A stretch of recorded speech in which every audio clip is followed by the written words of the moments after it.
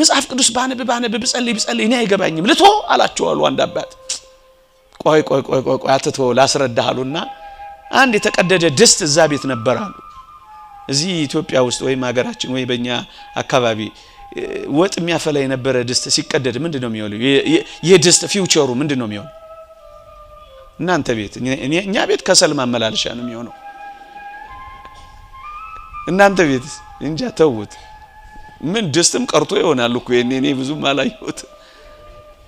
ከሰል ማመላለሻ ነው እና እዛ ቤት ከሰል ማመላለሻ የሆነ አንድ ድስት ነበረ። ከሰል ማመላለሻ ከሆነ መቼም ጥቀርሻ ያለብሷል። ቀዳዳ ነው ግን ጥቀርሻ ነው። ሊያስተምሩት ስለወደዱ ውሃ በዚህ ያምጣልኝ አሉት። ይመጣል በታምራት ካልወዳ ዝም ብሎ ልታዘዝ ብሎ ሄዶ አንዴ አመጣ፣ ፈሰሰ። እንደገና አምጣሉት። እንዴ ያፈሰስኩ እዚህ እኮ ውሃ አላደረስኩ አምጣሉት። እየተነጫነጨ ሄደ። ሶስተኛም አዘዙት፣ አበደ። ግን ትእዛዝ ነው አመጣ። እሳቸው ሊያስተምሩት የወደዱት ምንም እንኳን ውሃውን ቤት ድረስ ባታመጣ ቀና ብለው አሳዩት። ደጋሞ ውሃውን በማመላለስ ጥቀርሻው ምን ሆኖ ነበር? በሏት ነጽቶ ነበር። እየሰማችሁኝ ነው? ተስፋ ልትቆርጡ አይገባም። መጨረሻው ራሳችንን አናጽድቅ። አንዳንዶቻችን በጣም ራሳችንን ጻድቃን ማድረግ እንፈልጋለን።